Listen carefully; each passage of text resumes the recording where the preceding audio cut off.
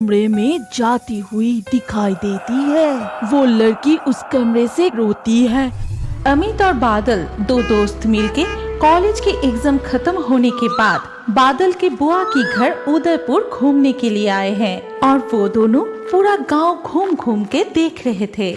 पता है अमित, मेरा उम्र जब 10 साल का था तब मैं बुआ के घर आया करता था। फिर इतने बड़े होने के बाद आया। इतने सुंदर गांव में तो छुट्टियां मिलते ही आ जाना चाहिए, लेकिन तू यहाँ इतने सालों बाद आया। पता है, इस गांव में एक अजीब घटना घटती रहती है। उसे सुनने के बाद यहाँ फिर कभी नहीं आया। और अब मैं बड़ा हो चुका हूँ, इसीलिए उस बात का और चिंता नहीं। तभी अचानक उनके सामने एक आदमी आया जिसका पैर में जूता, बदन पर कपड़ा नहीं था, माथे पे बाल बहुत ही कम था, एक छोटा सा मैली धोती पहने हुए थे। बाबू लोग, उधर मत जाना, उधर खतरा है। खतरा? कैसा खतरा? कौन सा खतरा? सुनो इधर। वो आदमी प्रश्न का कोई उत्तर ना देकर वहाँ से पास वाली जंगल में चला गया और ना जाने कहाँ गायब हो गया।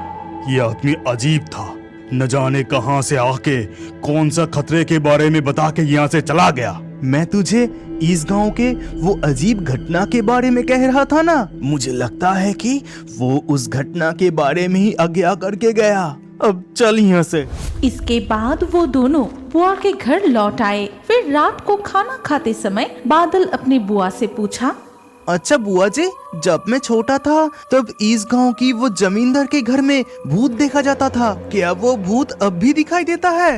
हाँ, दिखाई देता है ना, हर रात को लगभग 20 सालों से। उस भूतिया घटना की रहस्य के बारे में आज तक किसी को कुछ पता नहीं चला। भूतिया घटना? इसके बारे में मुझे जानने का बहुत इच्छा हो रहा है। फिर बुआ जी अमित को पूरा घटना खोल के बताई। तो फिर ध्यान से सुनो मेरी बात। इस गांव में जो पुराने जमींदार के हवेली है वो लगभग पूरा टूट चुका है। अब तो गांव के कोई भी वहाँ नहीं जाता। लेकिन शाम ढलने के बाद एक लड़की को दीपक लेकर जमींदार की छत के ऊपर के कमरे में जाती हुई दिखाई देती है, लेकिन उसे करीब से कोई भी नहीं देखा। वो लड़की उस कमरे से कभी बचाओ बचाओ कहकर पुकारती है तो कभी रोती है और गाना भी गाती है। और आज तक जो कोई उसकी वो दर्द भरी पुकार सुनकर उसे बचाने जाता